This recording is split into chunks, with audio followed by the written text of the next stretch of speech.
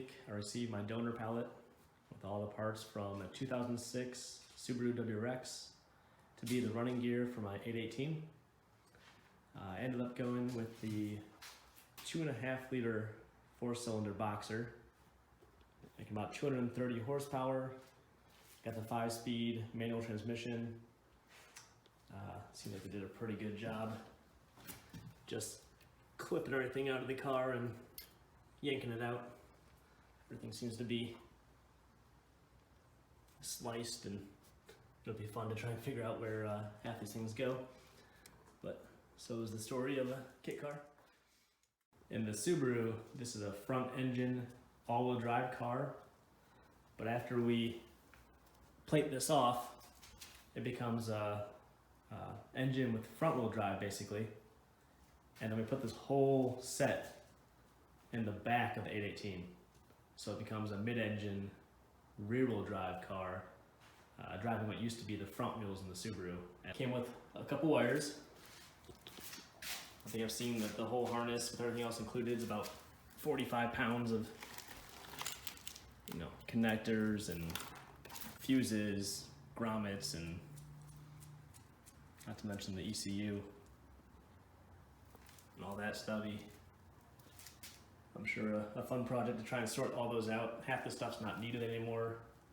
We're not gonna have heated seats, no power steering, no ABS for the brakes, no rear defroster for the window. There's a lot of things that could be deleted out of that or just not used. Some guys do painfully go through it and delete all the stuff they don't need just to make it easier. A lighter harness that doesn't have all this crap attached to it. But that seems like a pretty big undertaking, so I'm going to try and use it as is. I've been taking apart all the spindles and trying to get these cleaned up a little bit so I can see what I need to replace or repair. I plan on painting all this stuff. These are for the rear of the car, and I think I'm going to try and reuse the rotors. They seem to have enough meat left on them when I used a caliper to measure the remaining thickness of it. So once this gets too thin when I'm measuring with my fingers, they're no longer good. There's a certain spec these have to remain in to be usable. It seems like I'm about halfway there, so I still have some life left in these if I want to. I'll see how they machine up when I drop them off at the car shop. So here's the front equivalent of those parts. The lower control arms here. Same story with these front rotors. Those seem to have some life left on them, so I'm going to try and turn those down at a shop. We have the sway bar here, which in the Subaru is for the rear end, but actually in the 818 it goes in the front to help the stability and roll of the car for better handling. We have the power steering rack, which I'll end up converting to a non-powered rack since there is no power steering in the car.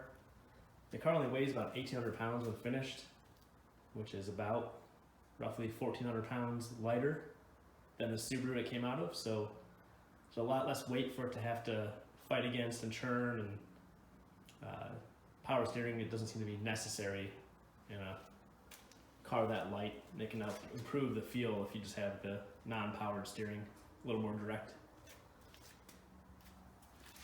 I have all the calipers and backing plates put in bags.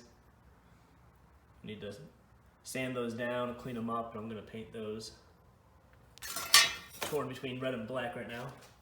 So it looks like my kit came with an aftermarket radiator. I got a Mishimoto aftermarket radiator. See on there, Mishimoto, along with our cap for overpressure and relief. Notice that this lower rad hose is already split as it came to me, so that'll be a replacement. But I'm waiting to see how I have to route that in the car before I buy a new one. I don't know if the factory Subaru one needs some modifications to fit in the 818, so I'll wait to buy something that's fitting for that. I went ahead and I'm going to do some maintenance items. One of the big ones while I have the engine out is going to be the water pump.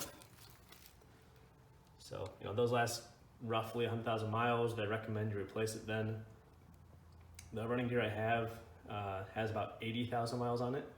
So while everything is out and it's already 15 years old, might as well replace this just for some reassurance and try to keep everything running smoothly.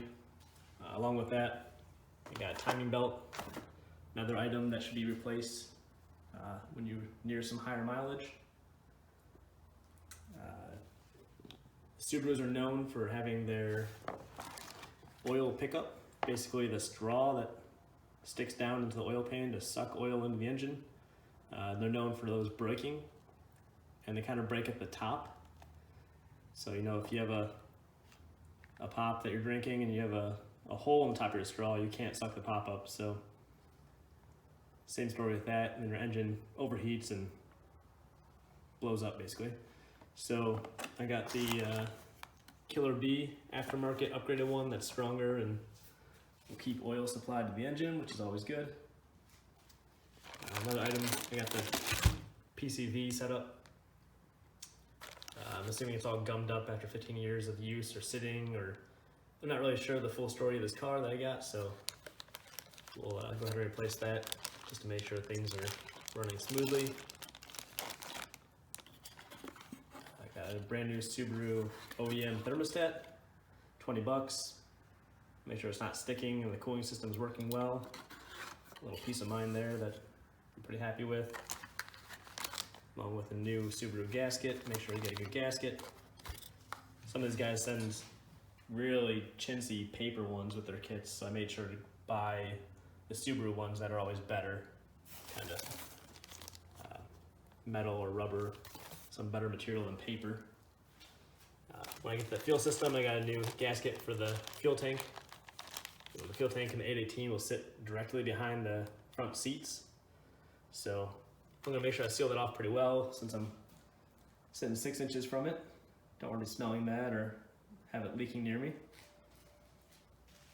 I got 4 new spark plugs, nothing too fancy, just again probably time with 80,000 miles. I'm not sure what condition this car was in before it was torn apart to be given to me. One thing that was highly recommended was using Japanese bearings with the timing chain. They said to replace all the bearings in there. All these should be replaced with non-Chinese version. I guess there's some cheaper kits where the Chinese pulleys will seize up or fall apart. So I really recommended the high quality Subaru or Japanese manufactured ones. And this is one of the engine mounts I got. I'm going with the Subaru WRX STI Group N engine mounts. They're still rubber, so they have some give to them, unlike some of the hardcore racing ones, which are like solid plastic or just metal to metal. So these will have a little give, but they'll be stiffer and hold the engine in place. I did something similar on my old Acura, and I was pleasantly surprised to find out how much I liked having the stiffer engine mounts. Everything seemed more direct, from the steering to the shifting, and the car didn't hop as much when you get going from a stop. Sometimes the wheels can kind of stutter on you. So I'm hoping these will be just as satisfying for me in this car. And then, as you saw earlier with all the cut hoses on the engine, I have to replace a lot of those. And also to add some color and style, I'm gonna do a whole bunch of these Mishimoto silicone hoses. I got a whole ancillary kit. All these are custom cut for the WRX engine. Just have to figure out where they go, but they look pretty nice. So I had to replace them anyways, might as well make them look good. So that's what I've been working on so far. My kit at Factory 5 should be done within about a week or two. I need to send them a very large check to get the kit here, so I'll go along with that probably the next week, and hopefully they only take 1 more week to ship it. And and then I can start building up rather than tearing down all these old Subaru parts. And I guess thank you for watching, and hopefully there'll be more videos and photos to come so you can see what choices I'm making and how the car comes along. All right, thanks.